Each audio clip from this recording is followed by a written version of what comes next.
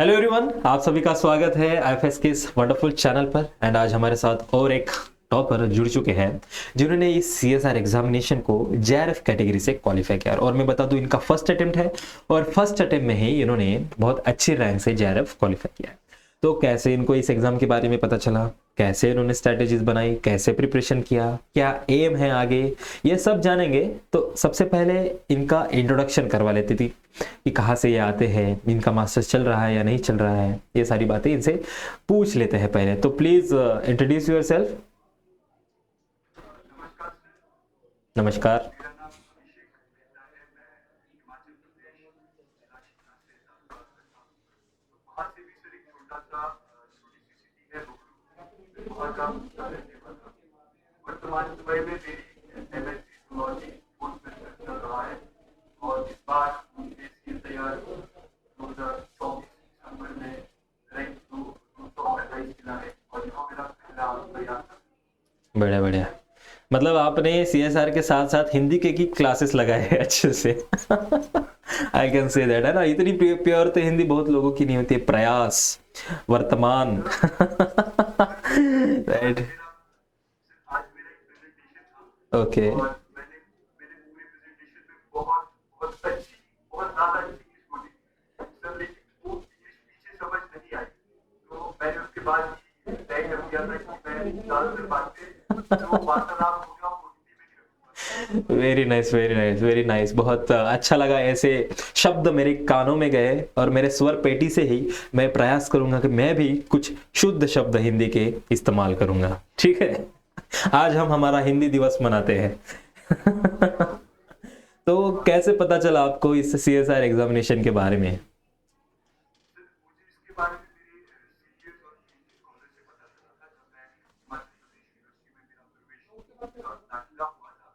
उसके बाद कुछ एग्जाम सीएसआईआर नेट भी होता है और जेआरएफ मिलता है, उस पर ये बातें वहाँ पे चल रही थी तो मैंने ही सुना। उसके बाद मैं वापस से हॉस्टल से वापस हॉस्टल आया फर्स्ट सेमेस्टर में, तो मैंने इसके बारे में ढूंढना शुरू कर दिया था और मुझे यूट्यूब के माध्यम से यह पता चला कि ऐसा भी एग्जाम होता है, आपको रिसर्च करने का मौका मिलता है, आप एज असिस्टेंट प्रोफेसर ज्वाइन कर सकते हो यूनिवर्सिटी और कॉलेजेस को। तो सर मुझे शौक था कॉलेज टाइम से ही पढ़ने और पढ़ाने का, तो मैंने सोचा कि सीखूंगा। तब तक मैं कुछ और सोच रहा था, लेकिन धीरे धीरे मेरा इंटरेस्ट इसी में आ गया। और सेकंड सेमेस्टर के बाद जब हमारी नीट की एप्लीकेशन स्टार्ट की, तो मैंने सोचा कि अब यह सही सही समय है कि मैं कुछ इस कोर्स अपनी तरफ बढ़ाऊं। तो फिर मैंने जनवरी 2024 में 8 जनवरी 2024 स्टार्ट किया था सीएसआईआर स्टार्ट का। बहुत बेहतरीन, बहुत बेहतरीन। तो ये आपका पहला अटेम्प्ट था, ठीक है। जी सर, ये हो गया। तो आप बहुत कॉन्फिडेंट थे कि यही अटेम्प्ट में मेरा निकल जाएगा? सर क्लासेस के साथ आपको पता ही है थोड़ा सा मुश्किल रहता है, लेकिन जैसे जैसे मैंने सर वो कहते हैं इंतजार करके सेमेस्टर्स के साथ क्लासेस पूरी करने की कोशिश की थी और मेरी इस बार 9 यूनिट हो गई थी सर। मैं साथ साथ में उसको पढ़ता भी था, जैसे जैसे मेरे को टाइम मिलता था मैं पढ़ता भी था और साथ में नोट्स वगैरह भी मैं बनाता था और जो कुछ हो पाया, लेकिन कॉन्फिडेंस नहीं था सर। एक मार्च सॉरी एग्जाम का दिन था, उसी तक कॉन्फिडेंस नहीं था कि मैं कुछ कर जाऊंगा। मैं सर देने भी नहीं वाला था, ये वाला भी प्रयास मैं ये वाला भी नहीं देने वाला था, लेकिन मेरे कुछ दोस्त हैं सर, उन्होंने मुझे फोर्स किया कि मुझे देना चाहिए। अगर एक साल हो गया है प्रिपेयर करते करते तो तब तक बेटा मुझे दे देना चाहिए ये वाला प्रयास। और सर यहाँ एग्जाम सेंटर पहुंचना बहुत मुश्किल था। मैं शिमला में रहता हूँ सर और शिमला में डिस्टेंस बहुत ज़्यादा होती है, कोल्ड बहुत ज़्यादा होता है। जहाँ पे रहता हूँ यूनिवर्सिटी हॉस्टल में, वहाँ से सेंटर जाने के लिए सर जंगल का रास्ता था। तो आपको पता है 8 बजे सेंटर में ही होती है, तो सर वो भी बहुत टफ था कि इस बार कैसे जाना है, कैसे रास्ते में कैसे पहुंचना है। मेरा दे करके मुझे बोला कि कोई बात नहीं, मैं तेरे साथ आऊंगा, पर प्रोजेक्ट मत छोड़, ये वाला ये देख ले क्या होता है। लेकिन सर बाय जब तक मैं पहुंचने वाला था सेंटर, मैंने मेरे दिमाग में चीज बना दी कि यार अगर जितना भी मैंने पढ़ा है, जितना भी रिवाइज किया है, एटलीस्ट इतना तो करूँ। मेरे को रिकॉर्ड फिर रिग्रेट ना हो कि भाई 1 साल हो गया और अभी भी वही है। फिर सर ये था मेरा कि एटलीस्ट मैं ट्राई करूँ मेरा नेक्स्ट तो एटलीस्ट मैं कहीं तो पहुँच जाऊँ। और जब मैं जब एग्जाम देने पहुँचा मेरा पहला एग्जाम, मुझे पता नहीं था क्या क्या पॉसिबिलिटी होती है, क्या क्या होता है वहाँ पे। तो सर जैसे ही मैं पहुँचा और जैसे ही मैंने मुझे सर वो कंप्यूटर सिस्टम वो जो कंप्यूटर सिस्टम होता है वो भी एकदम बहुत बेहतर नहीं आ रहा था और एकदम से समझ नहीं आ रहा था। पहले मैं ट्यूटोरियल लेके गया था लेकिन वहाँ कुछ अलग चीजें थी, तो फिर वो समझने में थोड़ा सा टाइम लगा। मैंने वहाँ पे जो होते एग्जामिनर उससे कन्वे किया कि क्या क्या करना है, उन्होंने मुझे बता दिया। लेकिन जैसा कि मैंने पार्ट की स्टार्टिंग इससे कनेक्शन देखा था कैसे कैसे अटेम्प्ट करना है, तो मैंने मेरे दिमाग में वही चल रहा था कि किसी सर ने बोला है 20 नंबर 20 क्वेश्चन आपको फिगर क्या है, 20 आपको सर के थोड़े आगे बोले थे, तो मेरा था कि 20 मार्क करके और आगे आपका बोनस है। तो यही मैंने सोच के किया था, मैंने पार्ट बोला। जैसे मैंने एक दो क्वेश्चन देखा तो सर एकदम से मुझे ऐसा लगने लगा कि ये थोड़े बोले ये मेरे कॉन्सेप्ट बिल्डअप हो चुके हैं, ये वही है। तो थोड़ा सा कहते हैं सर यहाँ से यहाँ से पकड़ना आपको क्लास राइट। बस क्वेश्चन में वही लग रहा था मुझे कि ये बस वही कॉन्सेप्ट है, बस थोड़े से क्वेश्चन ऊपर नीचे हो गया, मैं कर लूंगा। मैंने क्योंकि सर जब आप रिजल्ट निकालना होता है ना तो फिर आप मैक्सिमम डेडलाइन नहीं होती। मेरा भी ये था कि मैं खुले की बात से जाऊंगा और करूंगा। तो फिर मैं आगे बढ़ता गया और सर ने एक बात और बोली थी कि आपको मतलब एक से टोटल 75 तक पहुंचना है। तो मैंने वही देखा कि हर क्वेश्चन में से मतलब मैं देख रहा हूँ जो आ रहा है उसको करूँ और जो नहीं आ रहा ईगो पे मत बोलते उसको छोड़ो।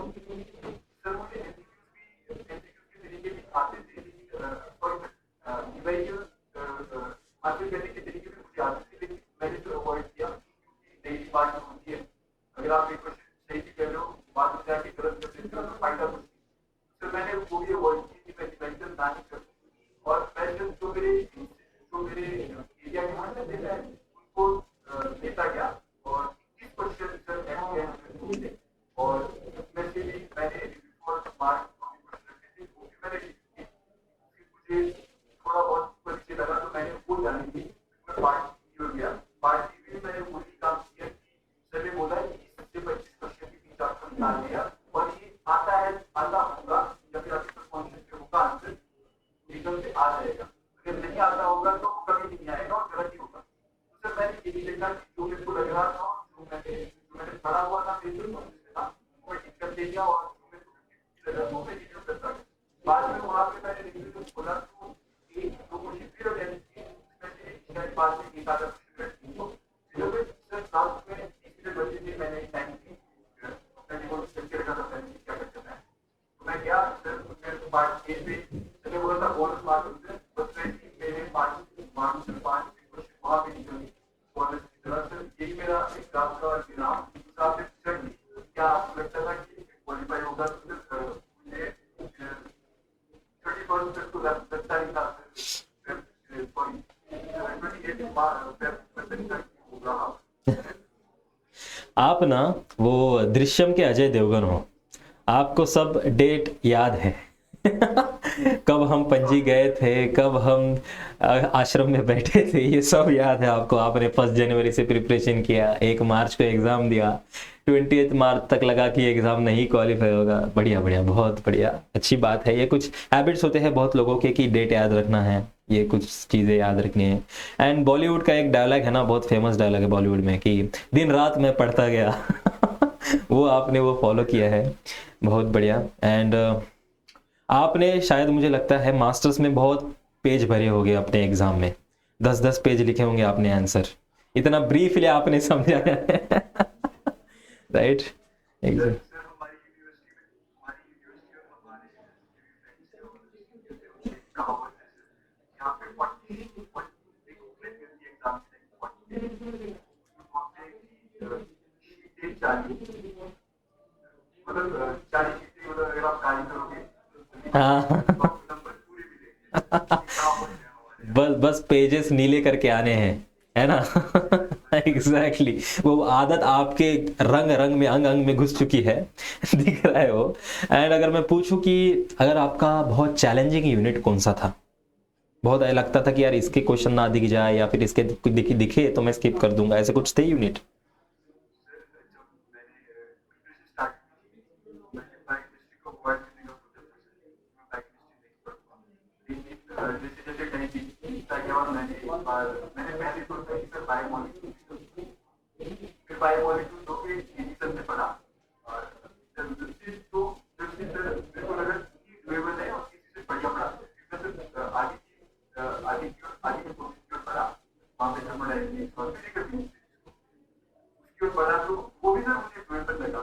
और फिर बाद में सर मेटाबॉलिज्म वगैरह तो था ही नहीं, तो सर पहले मुझे वो लगता था कि मैं कभी करूंगा ही नहीं और कभी समझूंगा समझने की कोशिश ही नहीं करूंगा। लेकिन सर जब पढ़ना शुरू किया तो मुझे लगता है कि वही सबसे बढ़िया चीज प्रिपेयर होती आई। मैंने उसको ज्यादा टाइम भी दिया कि वो मुझे कोई टफ लगे, लेकिन मैंने थोड़ी मेहनत की उसमें, तो सर एट द एंड वो मुझे ठीक लगी, वो डिफिकल्टी लगी और अवॉइड करने का। जब जब आप उसको दूर से देखते हो ना, तब लगता है कि ये मुझसे नहीं होगा, ये मैं नहीं कर पाऊंगा। जब आप पढ़ने लगते हो खुद, तब लगता है यार ये तो आसान है, मैं पहले ही अजम्पशन बना के बैठा। तो इसी की वजह से बहुत सारे लोग इसको टारगेट भी नहीं करते, दूर से ही प्रणाम करके निकल जाते हैं। बट आपने ट्राई किया है, सोचा है, समझा है इस एग्जाम को। एंड उसके कॉन्ट्रास्ट में अगर मैं पूछूं कि कौन से सब्जेक्ट आपको अच्छे लगते थे, जिसके क्वेश्चन आप कौन से भी तरीके से अगर आपको पूछा जाए तो आप 100% श्योरिटी के साथ देते थे? सर वो पहली 4 यूनिट्स, सर कहते थे हमेशा कि पहली 4 यूनिट आपका बेस है, अगर आपने पहली 4 यूनिट कर दी तो आपको शायद ही कोई क्वेश्चन ऐसा लगेगा आगे कि आपको नहीं आ रहा। तो सर मेरा पहला ये फोकस, मेरे पहले फोकस का था, क्योंकि सर वो जो यूनिट है वो मेरे एमएससी के साथ ही, तो सर मैं साथ साथ में तैयारी करता गया और साथ साथ में यूनिट को भी प्रिपेयर करता है। सर वो बोलते ना जब वो डार्क सारे में कोई फोकस ना दिया जाए तो वो सिर्फ फाइबर होगी, राइट, एग्जैक्ट। मुझे लगता है कि वो इम्पोर्टेंट है। एंड आपको आसानी से भी वो हो जाते थे, सही बात है। एंड अगर मैं पीवाई की उसकी बात करूं तो वो क्या इम्पोर्टेंट है आपके लिए? सर मैं जैसे यूट्यूब पे पढ़ता था, सर इमोशन बैच है उसमें सर पीवाईक्यूज भी बहुत अच्छे अच्छे हो रहे होते थे, तो इतना टाइम तो नहीं मिल पाता था। मैं हमेशा सोचता था मेरे पास आईएफएस की सर एक पीवाईक्यू वाली बुक भी है जो आपकी बनाई आपके द्वारा बनाई गई है। यस। लेकिन सर उसमें मैं हमेशा जो ट्राई करता था जो काम निकल आता था, मैं उसको ट्राई नहीं कर पाया सर, टाइम ही नहीं निकाल पाया कि मैं उस पे बैठ के इवेंट सॉल्व करना शुरू करूं। तो सर एक तो इमोशन के साथ साथ मेरे इवेंट्स हो जाते थे। उसके बाद फिर मैंने कुछ या 2 सालों के पिछले क्वेश्चन निकाले थे सर, सॉल्व जो आता है बाद में उसमें वो बिट आउट निकाले थे। उसमें सर मैं उसको क्या करता था, उससे सिर्फ फायदा ये होता है कि आप एक्सप्लेनेशन पढ़ते हो, आपको क्वेश्चन का आंसर तो मिल ही जाता है, साथ साथ आपसे सर कोई एक और क्वेश्चन भी याद हो जाता है, एक और इंफॉर्मेशन भी एड ऑन हो जाती है इसके साथ। तो ये मेरा सर एमएससी के टाइम से ही तरीका रहा है कि भाई उसको सिर्फ उसी एक क्वेश्चन के साथ खत्म नहीं करना है। वो जो क्वेश्चन आया है उसकी जो एक्सप्लेनेशन आप करोगे हो समझोगे, तो सर एक दो क्वेश्चन ऐसे ही आपको उससे होते हुए नजर आते हैं। सर तो वो मेरा तरीका था कि भाई बढ़िया, बहुत बेहतरीन। एंड अगर थोड़ी फ्यूचर की बात कर लेते हैं, किस में रिसर्च करने की रुचि है आपकी, किस में संशोधन करना है आपको? अभी जैसे कि आपको पता है मेरा 4th सेमेस्टर चल रहा है, मेरी हिमाचल प्रदेश यूनिवर्सिटी में एंटोमोलॉजी स्पेशलाइजेशन है। सर अभी मुझे एंटोमोलॉजी के बारे में ही समझ आ रहा है, अभी जुलाई में मेरा विषय है। उसके बाद मुझे नहीं पता कि मैं किधर घूमने जा रहा हूँ, लेकिन अभी अगर मैं बात करूँ सिर्फ एंटोमोलॉजी में नजर आ रही है। अभी मैंने अदर फील्ड को एक्सप्लोर किया नहीं है और अच्छी पीएचडी करके वर्क लगाना है, मेहनत करनी है, लेकिन सर अभी ये नहीं तय हुआ है किस चीज में करनी है। और सर मैं करना भी चाहता है, थोड़ा नहीं है नहीं पा रहा और सर मैं चाहता हूँ थोड़ा एक्सप्लोर करूँ, एक ही तरफ ना हो जाऊँ। बढ़िया, सही बात है। ये एक ही नैरो माइंडेड अगर हो गया, अपने सिलेक्शन को या फिर अपने चॉइसेस को आपने सिलेक्टेड लिमिटेड कर दिया, तो कभी कभी वो भी दिक्कत देने वाली बात हो जाती है। एग्जैक्टली और आप एक्सप्लोर करोगे बाद में जाके कि मुझे किस में इंटरेस्ट है, क्या है, ये आपको ऑटोमेटिकली पता चल जाएगा। बट अभी इम्पोर्टेंट था कि आपको एग्जाम निकालना है, वो आपने बहुत बेहतरीन ढंग से किया है। एंड लास्टली जो हमारे दर्शक आपको देख रहे हैं उनके लिए कुछ सुवर्ण शब्द आप कहना चाहो तो बहुत बेहतरीन होगा। बिल्कुल सर, सबकी हार्डशिप्स होती है, सबके स्ट्रगल होते हैं, लेकिन हमें चीज़ों को इन चीज़ों को नहीं भूलना चाहिए कि हमें पता है कि एक ना एक दिन ऐसा आता है कि जब वो सारे हार्डशिप्स, सारे स्ट्रगल और स्ट्रगल खत्म हो जाते हैं। राइट सिर्फ आपको जो चाहिए होता है वो एक कंसिस्टेंसी होती है। हर दिन एक जैसा नहीं होता, हर दिन अच्छा नहीं होता, हर दिन बुरा नहीं होता। पूरे में आपको पता ही है कहावत है कि पूरे में आपको ऐसे भी उदास होकर नहीं बैठना होता है, बुरा होता है, जीत जाता है इसमें। तो एक तो कंसिस्टेंसी सीएसआर की बहुत इंपॉर्टेंट है मेरे हिसाब से। दूसरा हार्डवर्क का कोई ऐसा नहीं कर दो कि आप हार्डवर्क। और तीसरा सर बस इंजॉय करना है और कॉन्सेप्ट बिल्डिंग बहुत इंपॉर्टेंट चीज है सर। हम 10 साल में भी लगा देंगे सीएसआर के लिए और सिर्फ रटते रहेंगे तो शायद मुझे लगता है मेरा 11वें टेंथ नहीं होगा। सर इस बार जिसने मुझे रिजल्ट दिलाया है वो मेरे कॉन्सेप्ट से, मैं डे 1 से एक ही चीज पे फोकस करता था, मेरे कॉन्सेप्ट बिल्डअप को। ना केवल इससे मुझे ना केवल सिर्फ एमएससी में मिलती है और बल्कि सीएसआर में भी मुझे मेरे कॉन्सेप्ट रटा नहीं पा रहा था। बढ़िया एग्जैक्टली और रट्टा मार के आपके क्वेश्चन भी सॉल्व नहीं होते, 2-3 क्वेश्चन के अलावा और आपके बाकी क्वेश्चन सॉल्व होने की संभावना बहुत कम है। आपको अगर कंसेप्ट पता चल गया ना, आप उसके ऊपर के कोई भी क्वेश्चन सॉल्व कर सकते हो। राइट एग्जैक्टली राइट, बहुत बढ़िया, बहुत अच्छा लगा आपसे बात करके। एंड रिसर्च भी आप इतने डेप्थ में जाके, इतने ब्रीफ में जाके आप करोगे, इसकी मैं आशा करता हूँ।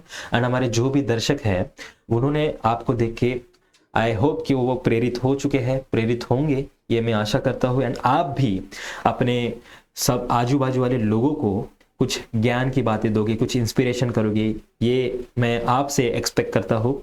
एंड जो भी हमारे व्यूवर्स देख रहे हैं उनके लिए बहुत बधाई, एंड आपके लिए बहुत बधाई, आपने इस अच्छे तरीके से इसको क्रैक किया है। एंड आने वाले आपके सुंदर भविष्य के लिए बहुत बहुत बहुत बेस्ट ऑफ लक आपको। चलो बाय बाय।